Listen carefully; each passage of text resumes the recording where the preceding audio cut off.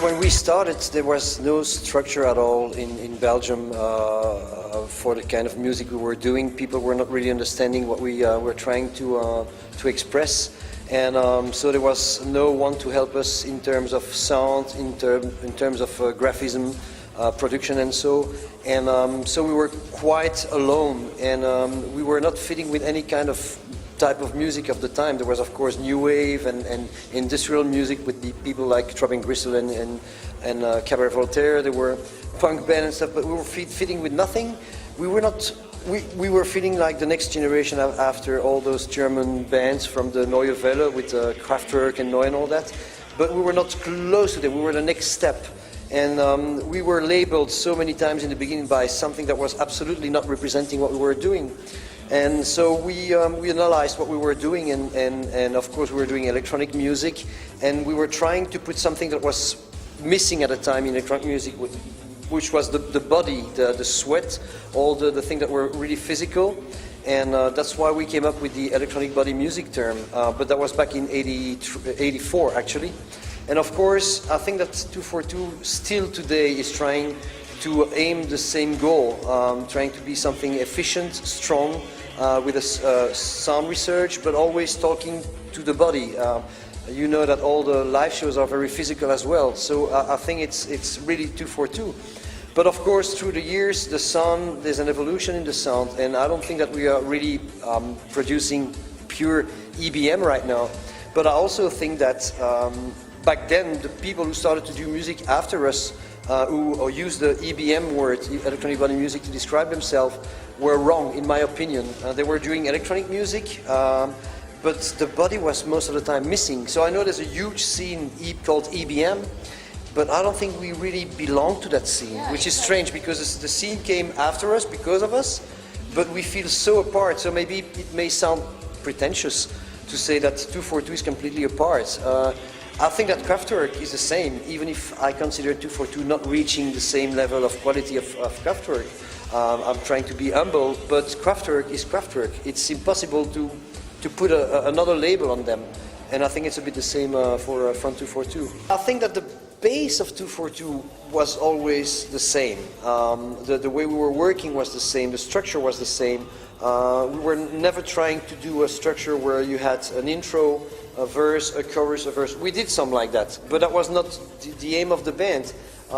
We were trying to put sounds together, more like a collage, trying to find a theme coming out of the song. Sometimes it would be just a bass line or a sample, and on that theme said, okay, what can I say about it? What is interesting in the news or in the media right now, or in the history of mankind, that I could put on those sounds.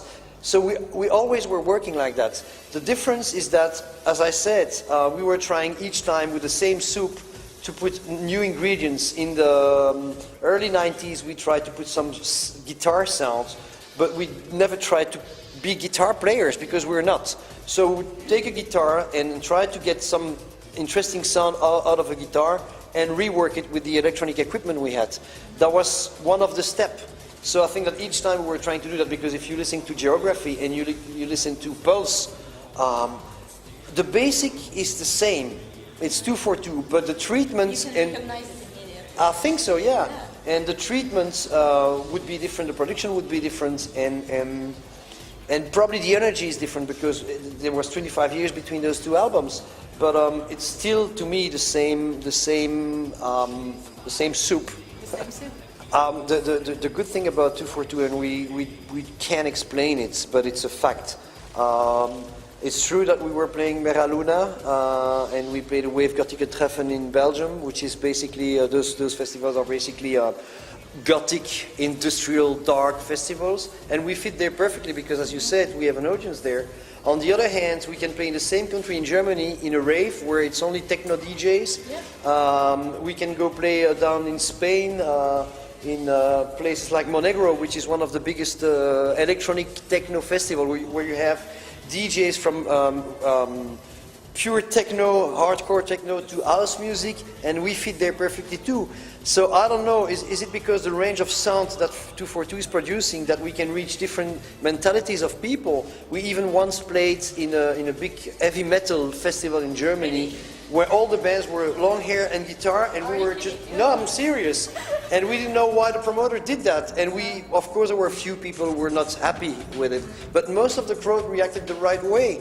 We have no explanation for that. I think that there's probably one thing that people can recognize in 242, and that's something we're very proud of, is that we always respect any kind of audience. Because when you do music, any artist is always expressing himself for himself. You don't do music when you start to say, I'm going to sell it to 1 million people. You do your music because you're excited, because you like what you do, and you try to do it the best way because you want it to be good. After that, of course, the process of putting it on the market, when you put it on the market, it's there for everyone. And when someone pays a ticket to come and see you because they like your music and they want to feel something strong, if the audience is a gothic audience or a punk audience or whatever, 242 is there. What is great about being in a band and doing music like this that is reaching different kind of people everywhere in the world is that we travel. And what is good about traveling is meeting different kind of people, different culture. We're so happy to be here now. It's the first time playing in Budapest. And after so many years, we finally got a chance to reach the audience here.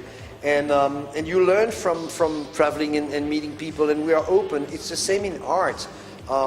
It doesn't mean that I like everything, but I'm open to everything. I try to be aware of everything that goes on. I'm not always successful of finding something that I like, but at least I'm trying. And as you said, when I turn on the radio, it's also depending in which country you are and what kind of radio station you turn on. But we're lucky in Belgium to we have national radio, and the programmation, the playlist of those radio are so good.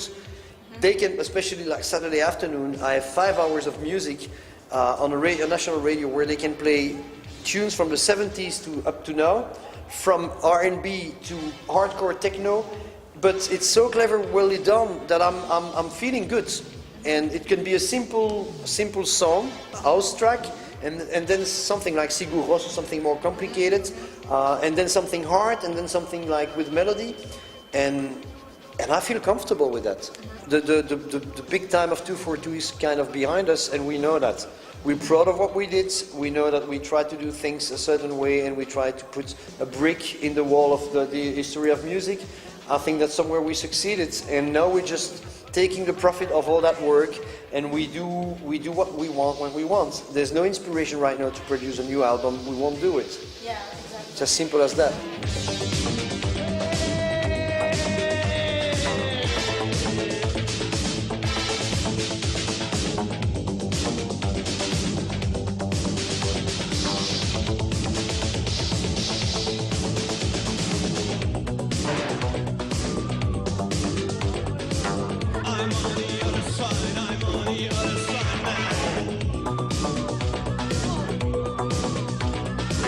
I'm on the other side.